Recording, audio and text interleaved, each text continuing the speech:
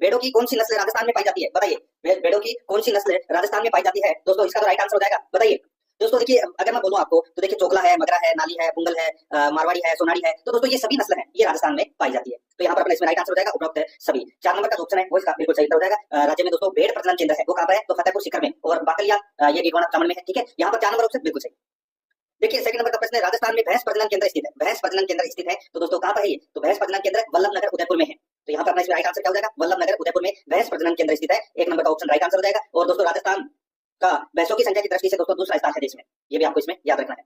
आगे देखिए दोस्तों, यहाँ पे 3 नंबर का प्रश्न है, भैंस की गोदावरी नस्ल किस विधि से तैयार की जाती है? भैंस की जो गोदावरी नस्ल है ये कौन सी विधि से तैयार की जाती है? इसका राइट आंसर हो जाएगा वो है दोस्तों ग्रेडिंग अप विधि, ग्रेडिंग अप विधि से ये दोस्तों तैयार की जाती है गोदावरी नस्ल। तो यहाँ पर अपना इसमें 1 नंबर का जो ऑप्शन है वो इसका बिल्कुल सही उत्तर हो जाएगा। इसमें दोस्तों जैसे कि मैं आपको बताऊं ग्रेडिंग अप क्या होता है। ग्रेडिंग अप के दोस्तों प्रजनन के अंतर्गत विदेशी नस्ल के नर प्राणियों का गैर विवरणित मादा प्राणियों के साथ यानी कि दूसरी प्रजाति के साथ संकरण करवाया जाता है। ठीक है, तो जैसे कि 5-6 पीढ़ी, जैसे कि मैं बोलूं कि कोई रेंडा नस्ल की गाय है, ठीक है, और उसके आप गिर का इंजेक्शन लगवा रहे हो, गिर नस्ल का, ठीक है, बछड़े का या बछड़े का, ठीक है, ब्याने के लिए, तो जब तक आप उसको 5-6 बार इंजेक्शन नहीं लगाओगे रेंडा के, उसके बाद में वो शुद्ध प्रजाति है वो गिर निकल कर आएगी। ठीक है, शुरू में थोड़ी मिक्स में आएगी, फिर कम मिक्स में आएगी, फिर कम मिक्स में आएगी, ऐसे ही 5-6 बार बाद में दोस्तों वो शुद्ध प्रजाति है यानी कि वो शुद्ध नस्ल प्राप्त होती है। यहाँ पर ग्रेडिंग अप का विधि का प्रयोग किया जाता है गोदावरी नस्ल के लिए। 1 नंबर ऑप्शन बिल्कुल सही।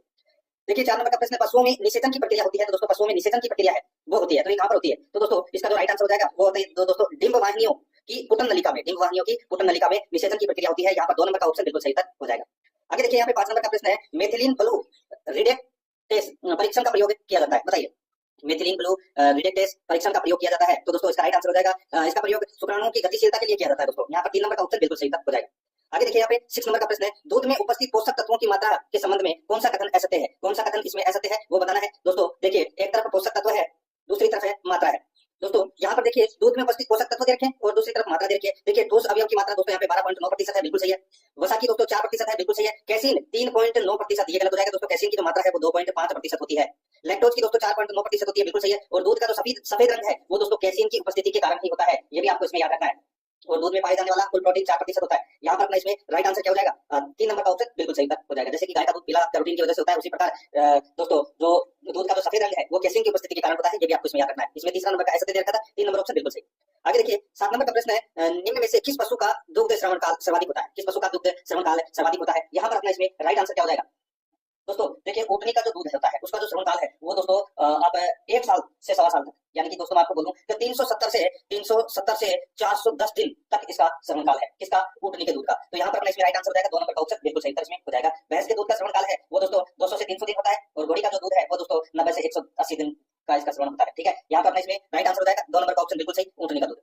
आगे देखिए 8 नंबर का प्रश्न है, राजस्थान की कुक्कुटशाला कहाँ पर स्थित है? राजस्थान की कुक्कुटशाला कहाँ पर स्थित है दोस्तों? ये जयपुर में है। कहाँ पर है? जयपुर में राजस्थान की कुक्कुटशाला है वो स्थित है। 1 नंबर ऑप्शन बिल्कुल सही। और राजस्थान में सर्वाधिक मुर्गियां है वो अजमेर में पाई जाती है, ये भी आपको इसमें याद रखना है।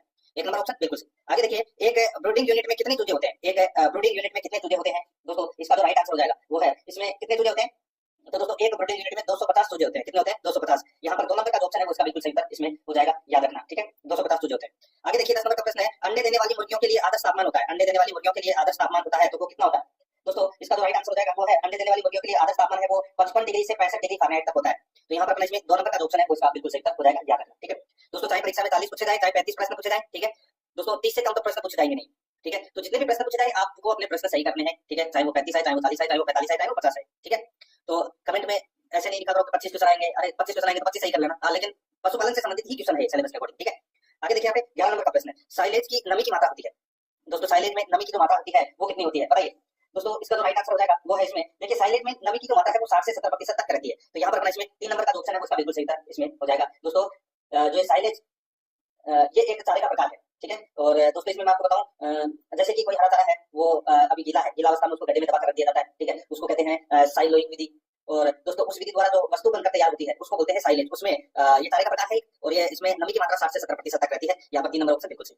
आगे देखिए 12 नंबर का प्रश्न है, 15 किलो दूध देने वाली गाय को कितनी मात्रा में दलहनी हरा चारा खिलाया जाता है बताइए दोस्तों। इसका राइट आंसर क्या हो जाएगा बताइए। 15 किलो दूध देने वाली गाय को 1/3 भाग है वो दलहनी चारा है वो खिलाया जाना चाहिए, और 2/3 अदलहनी चारा खिलाया जाना चाहिए। यहाँ पर इसमें 1/3 दलहनी और दोस्तों 2/3 है वो अदलहनी चारा खिलाया जाना चाहिए। तो यहाँ पर इसमें राइट आंसर हो जाएगा 2 नंबर ऑप्शन बिल्कुल सही।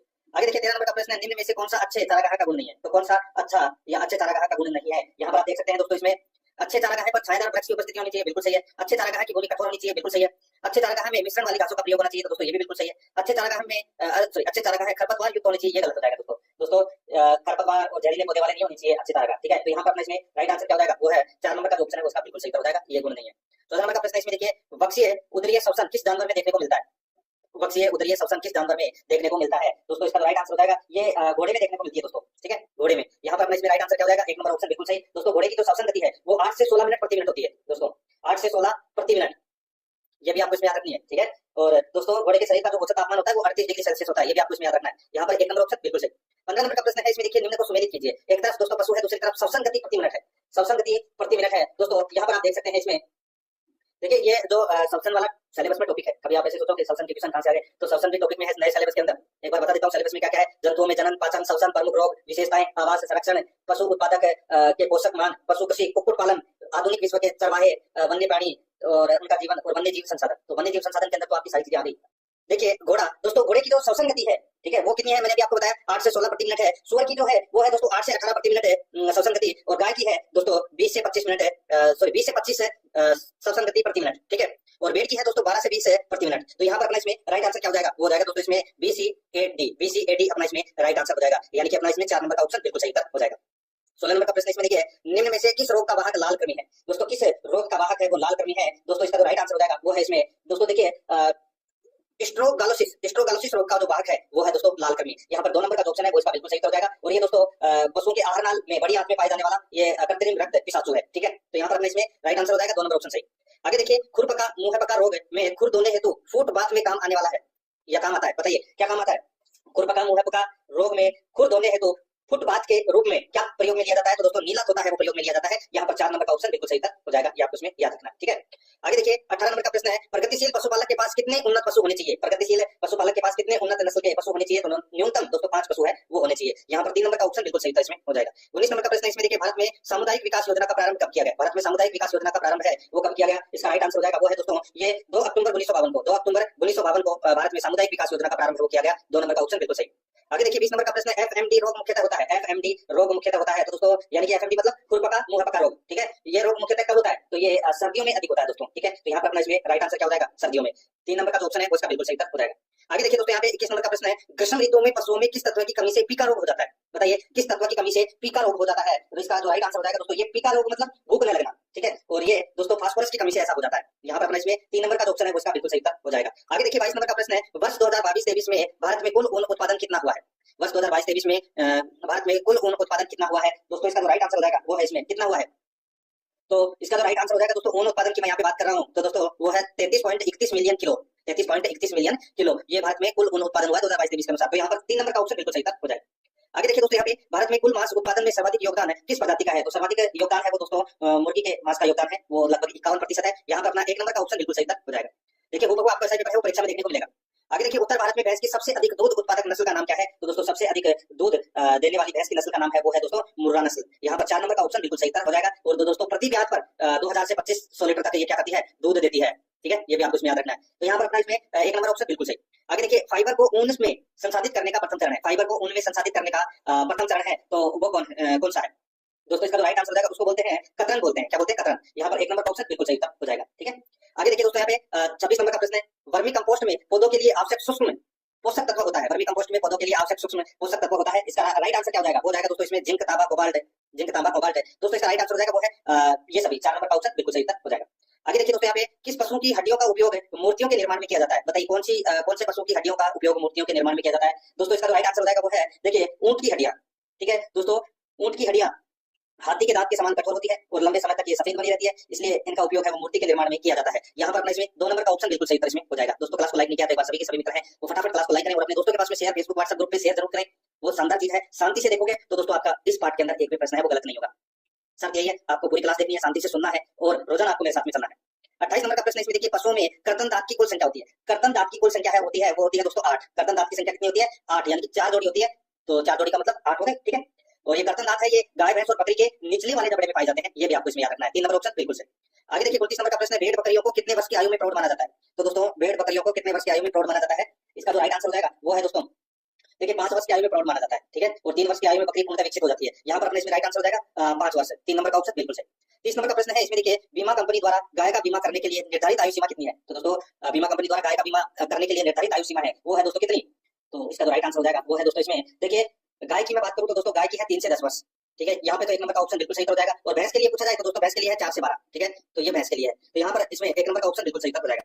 31 नंबर का प्रश्न, इसमें देखिए निम्न में से कौन सी पशुओं को चिन्हित करने की अस्थायी विधि है? पशुओं को चिन्हित करने की अस्थायी विधि है तो वो कौन सी है? तो वो है दोस्तों रंग लगाना। यहाँ पर 4 नंबर का जो ऑप्शन है वो इसका बिल्कुल सही हो जाएगा, रंग लगाना। ठीक है, तो यहाँ पर 4 नंबर ऑप्शन बिल्कुल सही। आगे देखिए मल्लीनाथ पशु मेला किस नदी के किनारे आयोजित किया जाता है? तो दोस्तों मल्लीनाथ पशु मेला है ये चैत्र कृष्णा एकादशी से दोस्तों शुक्ल एकादशी तक है, ये तिलवाड़ा में लगता है दोस्तों। ये मल्लीनाथ पशु मेला लूनी नदी के किनारे लगता है। तो यहाँ पर अपने इसमें राइट आंसर क्या हो जाएगा? 3 नंबर का ऑप्शन राइट आंसर हो जाएगा। और ये राजस्थान का सबसे प्राचीन पशु मेला है, ये भी आपको इसमें विशेष तौर पर याद रखना है।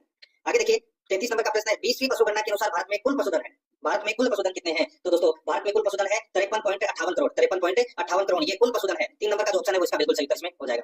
34 नंबर का प्रश्न है, राजस्थान में गधों का मेला कहाँ लगता है? तो दोस्तों राजस्थान में गधों का मेला कहाँ लगता है? तो दोस्तों ये लुणियावास जयपुर में लगता है दोस्तों ये। ठीक है, यहाँ पर 4 नंबर का ऑप्शन बिल्कुल सही हो जाएगा, ये आपको इसमें याद रखना है। और गधे का जो मेला है इसको दोस्तों खलगानी माता का मेला भी कहते हैं, ये भी आपको इसमें याद रखना है। खलगानी माता का मेला भी इसे कहते हैं, ये आपको विशेष तौर पर याद रखना है। और ये जो मेला है ये अश्विन शुक्ल सप्तमी से एकादशी तक लगता है दोस्तों। ठीक है, 4 नंबर ऑप्शन बिल्कुल सही। 35 नंबर का प्रश्न है, पशुशाला के लिए प्रयुक्त निसंक्रामक है। तो दोस्तों इसका जो राइट आंसर हो जाएगा वो है इसमें कौन सा?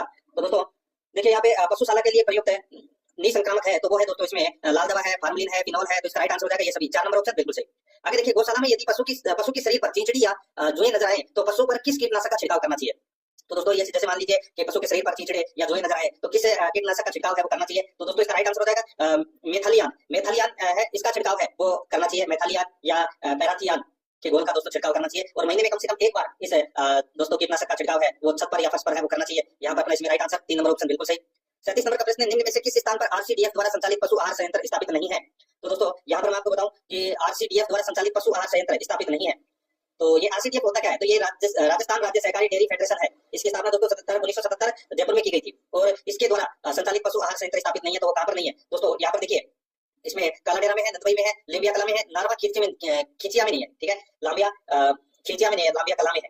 ठीक है, तो यहाँ पर अपना इसमें राइट आंसर क्या हो जाएगा? 4 नंबर का ऑप्शन बिल्कुल सही। आगे देखिए 38 नंबर का प्रश्न है, राजस्थान में ऊंट संरक्षण योजना कब प्रारंभ की गई? तो दोस्तों ये ऊंट का मतलब ऊंट, राजस्थान में ऊंट संरक्षण योजना का प्रारंभ कब हुआ? तो इसका जो राइट आंसर हो जाएगा वो है ये 1 नवंबर 2022 को ये योजना है वो प्रारंभ हुई। तो यहाँ पर अपना इसमें 1 नंबर का ऑप्शन बिल्कुल सही हो जाएगा। आगे देखिए 39 नंबर का प्रश्न है, निम्न में से कौन सा जिला गोपाल योजना से संबंधित नहीं है? या गोपाल योजना से सम्मिलित नहीं है? बताइए कौन सा जिला गोपाल योजना में सम्मिलित नहीं है? इसका जो राइट आंसर हो जाएगा देखिए गोपाल योजना के अंदर 10 जिलों को शामिल किया गया है, बांसवाड़ा, बूंदी, चित्तौड़गढ़, डूंगरपुर, धौलपुर, झालावाड़, कोटा, टोंक, सवाई माधोपुर और उदयपुर। तो यहाँ पर करौली को इसमें शामिल नहीं किया गया है, तो यहाँ पर 2 नंबर का ऑप्शन बिल्कुल सही हो जाएगा। 40 नंबर का प्रश्न, मुख्यमंत्री कामधेनु पशु बीमा योजना में एक परिवार के अधिकतम कितने पशुओं का बीमा किया जा सकता है? तो दोस्तों एक परिवार के अधिकतम कितने पशुओं का बीमा किया जा सकता है? इसका जो राइट आंसर हो जाएगा वो है दोस्तों इसमें दोस्तों प्रत्येक परिवार के दो दुधारू पशुओं का बीमा है वो किया जाता है। और अधिकतम 40,000 रुपए का ये पशु बीमा है वो प्रदान किया जाता है। यहाँ पर 2 नंबर का ऑप्शन बिल्कुल सही हो जाएगा। प्रश्न दोस्तों